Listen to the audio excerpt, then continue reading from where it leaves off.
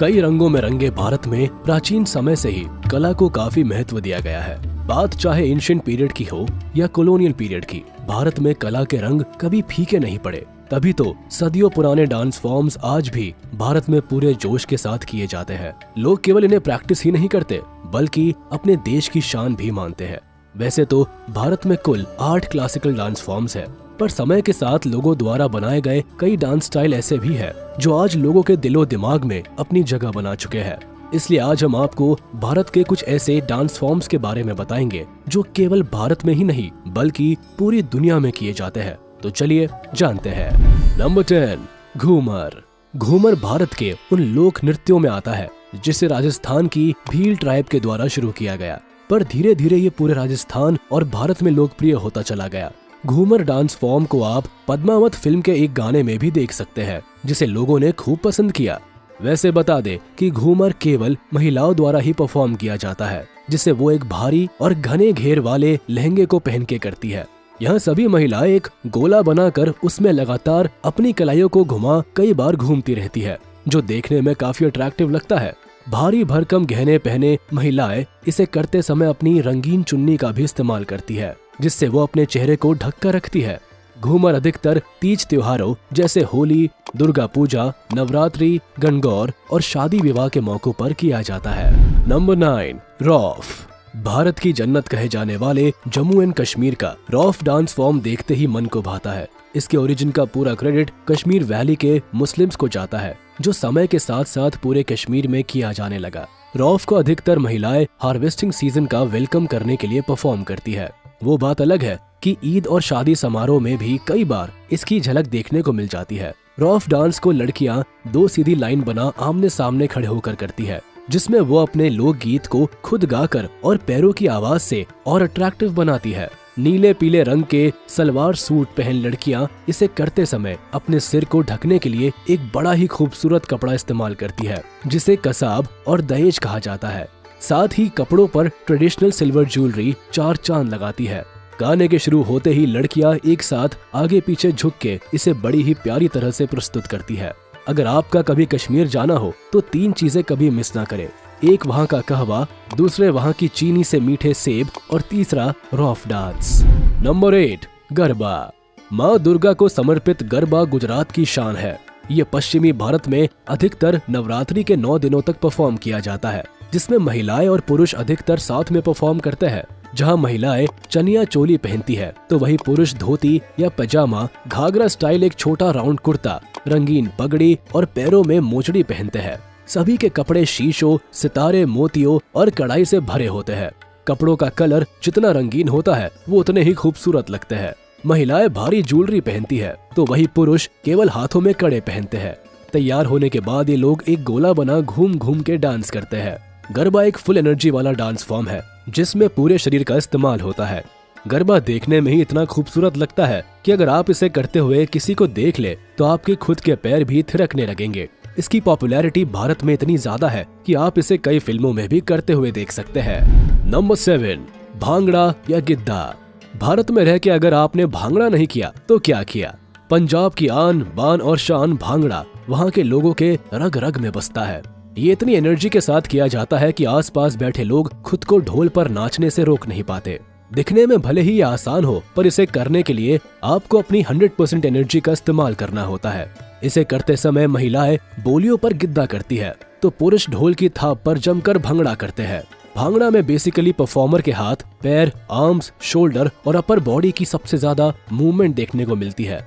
इसे करने के लिए महिलाएं अधिकतर कलरफुल सलवार सूट पहनती है तो पुरुष धोती, कुर्ता, पगड़ी और जुग्गी या वेस्ट कोट पहनते हैं। भांगड़ा और गिद्दा अधिकतर ग्रुप में किया जाता है, जो अधिकतर वैसाखी पर होता है। पर सच तो ये है कि पंजाब की कोई भी शादी या पार्टी भांगड़ा किए बिना पूरी ही नहीं होती। Number 6, Odissi dance. आज भक्तों द्वारा भगवान की आराधना में किया जा रहा ओडिसी डांस प्राचीन समय में देवदासियों द्वारा किया जाता था, जो उनका भगवान के प्रति सम्मान जाहिर करता था। पर समय में परिवर्तन के साथ इस डांस को आज पूरे भारत में किया जाता है। ओडिसी डांस के जरिए परफॉर्मर्स भगवान से जुड़ी कहानियों को दर्शकों तक पहुंचाते हैं, जो बहुत ही खूबसूरती से पेश किया जाता है। माना जाता है कि ओडिसी डांस फॉर्म सभी डांस फॉर्म्स में सबसे डिफिकल्ट होता है, क्योंकि इसमें लगभग 50 मुद्राएं यानी बॉडी मूवमेंट शामिल होती है, जिन सभी को बड़ी ही अदाओं से प्रॉपर हैंड और लेग मूवमेंट के साथ करना होता है। दर्शकों के साथ इसे कनेक्ट करने के लिए सबसे जरूरी होते हैं परफॉर्मर के एक्सप्रेशंस, जो कहानी के हर एक इमोशंस को अपने चेहरे पर दिखाते हैं। इसे करने के लिए महिलाओं को संबलपुरी, पट्टा या सिल्क साड़ी को पहनना होता है, जो ब्राइट कलर्स की होती है। इसके साथ ही महिलाएं भारी भरकम ज्वेलरी भी पहनती है, जो उन्हें और भी खूबसूरत बनाती है। नंबर 5, कुचिपुड़ी। आंध्र प्रदेश के कृष्णा जिले से जन्मा कुचिपुड़ी शुरुआत में केवल पुरुषों द्वारा ही परफॉर्म किया जाता था, पर धीरे धीरे इसे महिलाओं के जीवन का भी एक हिस्सा बना दिया गया। भारत के अधिकतर शास्त्रीय नृत्य भगवान को समर्पित होते हैं, जिनमें कुचिपुड़ी का नाम भी आता है। इसे भगवान विष्णु और श्री कृष्ण की कहानियों को बताने के लिए किया जाता है। इसे करने के लिए महिलाएं कांचीपुरम सिल्क साड़ी या धर्मवरम सिल्क साड़ी को पहनती है और श्रृंगार के रूप में वो अलथा, सिंदूर, कुमकुम, बिंदी जैसी चीजों का इस्तेमाल कर अपने लुक को और भी अट्रैक्टिव बनाती है। अब वैसे तो भारत के ऑलमोस्ट क्लासिकल डांस एक ही तरह किए जाते हैं, पर कुचिपुड़ी की खासियत ये है कि कलाकार इसे पीतल की थाली पर पैर रखकर और सिर पर पानी से भरे कलश को रखकर करते हैं, जो देखने में काफी अच्छा लगता है। नंबर 4, मणिपुरी। राधा कृष्ण के प्रेम को दर्शाता मणिपुरी डांस एक तरह से आप नॉर्थ इंडिया की रासलीला मान सकते हैं, जिसे मणिपुर में एक अलग ढंग से किया जाता है। राधा कृष्ण की कहानियों को बताता ये डांस एक पल में किसी के भी मन को लुभा ले। आपने इसे कई फिल्मों में जरूर देखा होगा। मणिपुर के लोगों में ये सबसे ज्यादा प्रसिद्ध डांस स्टाइल है, जिसे वो अधिकतर त्योहारों पर करते हैं। भक्ति के भावों में लोथपोथ इस डांस फॉर्म को करने के लिए कई म्यूजिकल इंस्ट्रूमेंट्स का इस्तेमाल किया जाता है, जिसमें खरताल, मंजीरा, पुंग और मणिपुरी मृदंगम आते हैं। अब जो चीज मणिपुरी को बाकी सभी डांस फॉर्म से अलग बनाता है वो है इनके कॉस्ट्यूम, क्योंकि जो कॉस्ट्यूम ये लोग पहनते हैं वो आपने और कहीं भी नहीं देखी होगी। महिलाएं इसे करते समय एक डॉल के जैसे लगती है।